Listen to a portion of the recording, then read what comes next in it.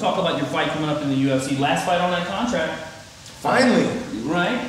Finally. And you're fighting Machida. Tell me a little bit about where you are mentally for this fight. You know, mentally, I'm there, man. I'm ready. You know, I have 2 more weeks, about 1 more week of super hard work, and 1 last week of just toning it down. And you know, I'm in great shape. You know, we're doing 6-minute rounds. Cardio can be a factor for this fight at all. My back's 100%. Good.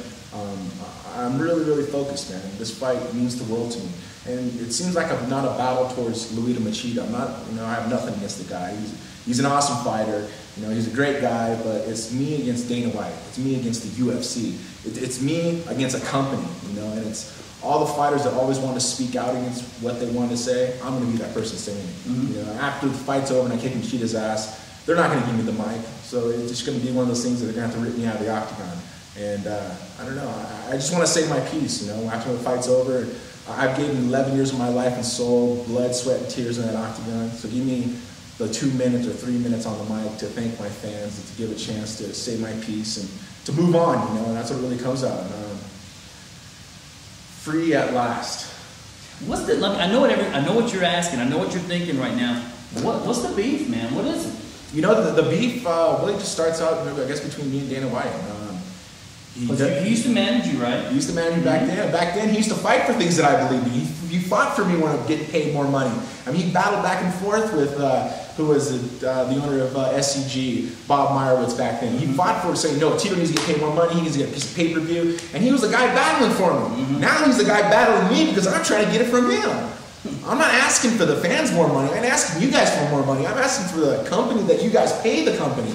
I'm asking for them for more money. I mean, you look at people like De La Hoya, he takes care of his fighters. Look at Floyd Mayweather, he made $25 million on this fight. Would he make another $25 million? I mean, the revenue that they gross throughout each event, you know, I think the main event fighters should get a big chunk of it. You know, you see some of the lower card guys, they're getting paid $1,000, $2,000. Man, what does that pay for? A week of training camp? I mean, we're the modern day gladiators. Yeah, we're getting treated like gladiators. I don't know if you guys watched Gladiator at home, the movie. I mean, those guys were slaves. I feel like a slave. Yeah, I get paid a little money, but still, these guys are collecting the big revenue. We're getting 1% of the 100%. They're keeping 99%. We're getting 1% of it.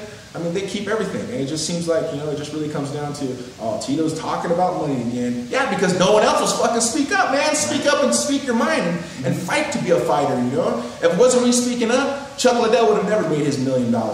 I would have never made my $1 million. Randy Couture would have never made his $1 million because no one else spoke up. Now that I speak up and I say something, people say, oh, Tito's talking about money again. No, it's all about respect. Respect us as fighters, as gladiators, getting in the octagon, and showing the fans what we do best. And that's what I love. I mean, every one of my fights, I never came in out of shape. Maybe one fight against Forrest, it's the only fight I ever came out of shape because I was injured, but I still stuck my ass out on the line. That's what it was about. Now, I just want to make sure that us as fighters, we're getting respected and we get treated right. Look at Randy Couture, one of the greatest heavyweight champions, one of the greatest light heavyweight champions in UFC history. He's not shown on any pay-per-view. He's not mentioned on any pay-per-view. His gyms aren't mentioned. Nothing's mentioned of Randy Couture in the history of UFC. Why? Because one person has a bad beef against him because he's asking for more money? You know what, Dana? Stop being a pussy, dude. Pay us what we deserve.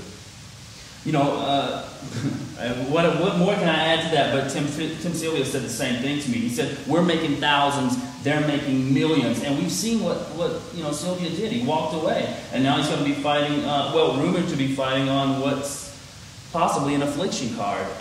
And you know, he's going to make $1 million. And that's a big, that's a beginning company, you know. And people say, well, Affliction's trying to push their brand. No, Affliction's trying to pay fighters to make great fights happen. And not really care about making as much money. And, you know, the UFC and the Fertittas are billionaires. We're making the pay-per-view numbers, you know. It was kind of funny because if Dana does listen to this, there's actually a conversation that we had. I looked at Mike Tyson's numbers after his 10-year career. He made $400 million. I called up Dana and go, damn, man, did you read that thing about Mike Tyson? He made $400 million in his 10-year career. He goes, yeah, but look what he has to show for it now. He has nothing. I go, yeah, but how is he making $400 million in 10 years? That's crazy. He goes, well, if you ever get the pay-per-view numbers that he makes, you'll be talking that much money. Okay. Me and who was it? Ken Shamrock, we did over 600,000 pay-per-view buys. Then we did over 9 million viewers on Spike TV. And then me and Chuck Liddell did over 1 million pay-per-view buys. 1 million pay-per-view buys, okay? $50 a pay-per-view buy. Now, okay, I'm just break this down to you guys because I'm a smart businessman and I know the numbers perfectly. $50 a pay-per-view buy. UFC get $30 out of that because pay-per-view take the 20% right off the top. So 1 million times 30, that's $30 million only on pay-per-view in the United States. What about Japan? What about Brazil? What about Canada? What about Mexico? Those are the numbers that people don't even see. And that's only revenue on the pay-per-view. What about the revenue on the sponsorship? What about the revenue on the gate? I think that gate we did over $3.8 million. Want to know how much I made? I made $1.2 million. Wow, I made a whole million. But wait. I had to pay 50% in taxes. Yeah, I'm a United States citizen. I'll pay my taxes. Wow. $600,000 in taxes. So now I only made $600 for a fight. That they've made over $30 million for a fight. Okay, and I got to pay my training partners and my trainers, pay for my house, pay for all the bills, all the food, everything. So it's about another, $60,000 to $80,000 around there, give or take $1,000 or $2,000. So you look at it, I made maybe $550,000 for a fight that I grossed them over $40 million. You tell me who's wrong, you tell me who's crying about money. I'm just trying to be a smart businessman. All the other boxers have been doing it. How come are we doing anything different in Octagon? I don't think so. I think we're doing something a lot more exciting. That's why we're doing over 1 million pay-per-view buys. It's crazy, man, because it's not like you're trying to say, the Fertitta shouldn't make money, Dana White shouldn't make money. You're just saying you should make money. I should, and Dana owns 10% of the UFC. They cleared, $241 million last year. Wow. So Dana White got $24 million in 1 year. Okay, I've been fighting for the UFC for 11 years. I got my numbers of how much money I made for the UFC in the last 11 years. $8 million. I had to pay 50% of that in taxes. So I made $4 million in the last 11 years. And you know what? People say, we shouldn't be talking about numbers, you should be talking about how much money you make. Yeah, I'm gonna tell you guys how much money I make so you can understand why I'm fighting so hard.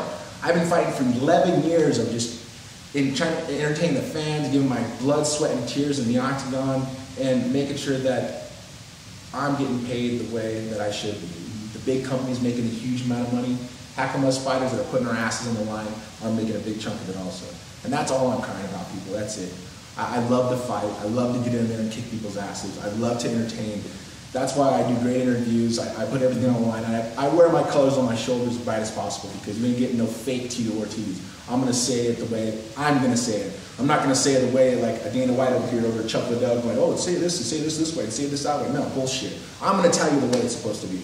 And, people will listen, people won't listen. People say, oh, he's crying about money, that Tito Ortiz is a wash-up, and da-da. Yeah, I've lost to 2 people in the last 9 years. Chuck Liddell and Randy Couture. Those guys aren't pussies, are they? Nah, not for a second. But I ain't going anywhere, man. I'm gonna be here for when I kick Machida's ass, people will know that I'm here for a while.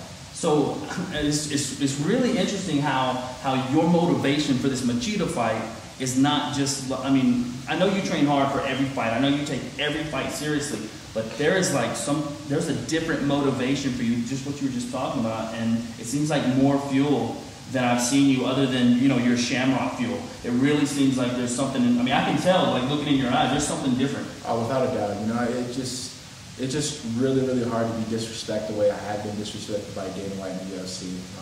Of saying I'm washed up, saying that my heart's not in it anymore. Who is it for them to say that my heart's not in it anymore? Who is it for them to say that I'm not a fighter anymore?